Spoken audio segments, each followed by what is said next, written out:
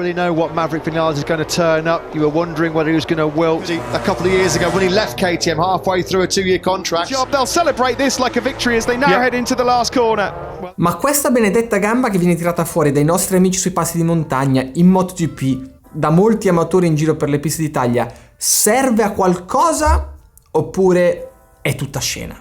È una domanda che ormai da quando Valentino ha implementato questa tecnica viene chiesta e richiesta nell'arco degli anni. Ho cercato di analizzare il tutto e darvi una spiegazione. Prima di iniziare però vi ricordo che più del 50% di voi che state guardando questo video non è iscritto al canale, quindi se vi piacciono i video, se state seguendo tutto con molto interesse, un bel clic qui sopra sul tasto iscriviti. Non costa nulla. E adesso torniamo a bomba sul discorso gamba fuori.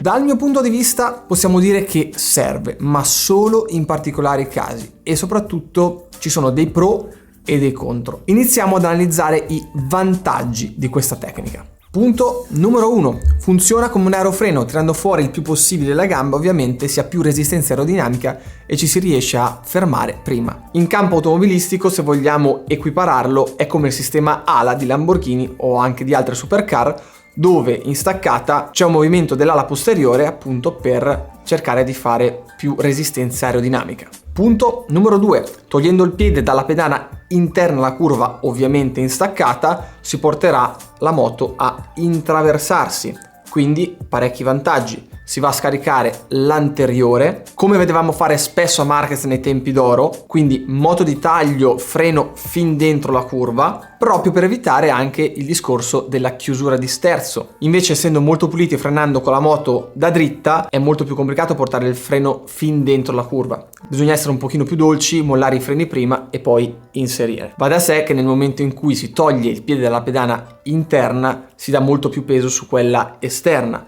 E quindi è questo il movimento e la forza che fa sì che la moto vada un attimino in sliding. Vediamo anche Pecco Bagnaia. Lui è un altro esempio lampante, perché sulla Ducati è molto importante riuscire a fargli fare quel leggero sliding in staccata per poter pestare come un animale sul freno fin dentro alla curva. Punto numero 3. Tirando giù il piede dalla pedana si avverte un maggiore senso di stabilità in sella. Questo perché? Perché si abbassa il centro di gravità. Basti pensare che tutto il peso della gamba va praticamente a limare l'asfalto al posto che averlo sulle pedane. Quindi molto semplice. Ed è per quello che non è una scienza da nero o bianco.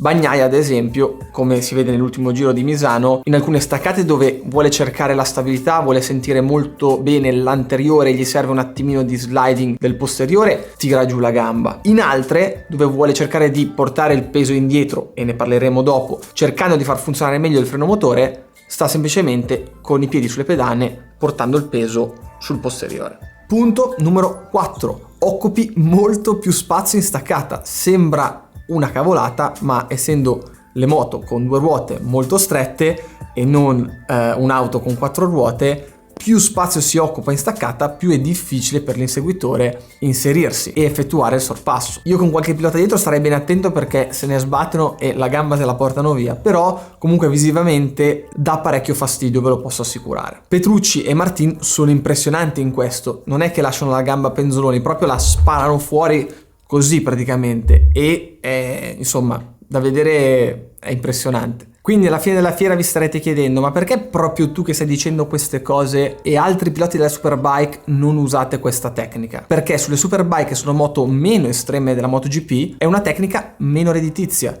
Si arriva meno forte, le forze in gioco sono minori, ed essendo moto derivate dalla serie bisogna più adattarsi alla moto, tu pilota, e non la moto adattarsi a te. Perché sto dicendo questo? Perché in MotoGP, per qualsiasi esigenza del pilota per sentirsi meglio in sella, si può ovviare con serbatoi diversi, selle diverse, insomma c'è molta più possibilità di gestione della situazione. Invece in Superbike più o meno moto di serie quello è. Un esempio lampante è Bautista, che appena salito sulla Honda ha capito che il telaio non era fatto per lui, non gli piaceva, e fino a quando non sarebbe uscita una Honda CBR nuova il telaio sarebbe rimasto quello ed è lui che si sarebbe dovuto adattare. Io ad esempio in staccata preferisco tenere le gambe attaccate al serbatoio e spingere il mio bel sedere indietro sulla sella, in modo da dare molto più carico al posteriore per far funzionare meglio il freno motore, quello che dicevamo qualche minuto fa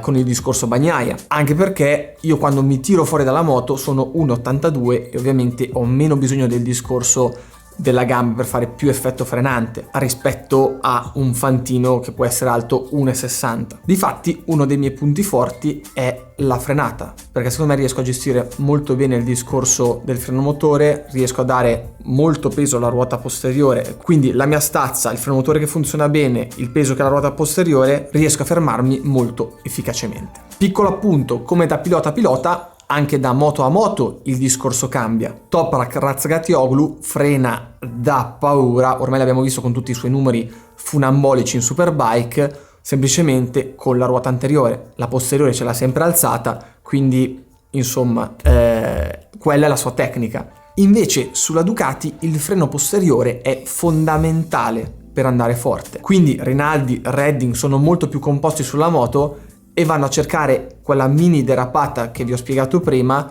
per fermare meglio la moto e farla inserire meglio scaricando l'anteriore, perché se invece la moto rimane dritta e si va sul freno si sente molto di più la chiusura di sterzo e appunto quello che succede se si esagera è andare con la faccia in terra. E voi mi direte sì, ma Redding qualche volta tira fuori la gamba. Certo, freno a pollice o freno, come dire, sul manubrio, tranquilli che su quel tipo di moto il freno posteriore è fondamentale. Invece per chi lascia il piede sulla pedana usa il freno a pedale. Tornando alla guida senza tirare fuori il piede, un altro vantaggio è quello che stringendo con le gambe al serbatoio si può scaricare tanto il peso delle frenate più aggressive dalle braccia, e in una gara di 15 giri, 20 giri vi assicuro che sul finale si sente, perché al contrario invece tirando dentro e fuori sempre la gamba di energie si spendono, e dato che la moto è uno sport dove bisogna centellinare le energie, è fondamentale,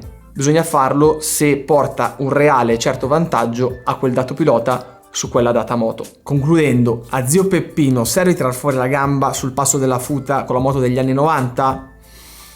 Assolutamente no, anzi diciamogli che è molto meglio stare con i bei piedi sulle pedane e soprattutto sul freno posteriore, perché in strada il freno posteriore è fondamentale e ci salva da un sacco di situazioni, quindi evitate di fare i Marquez, Valentino Rossi, perché in strada non serve assolutamente.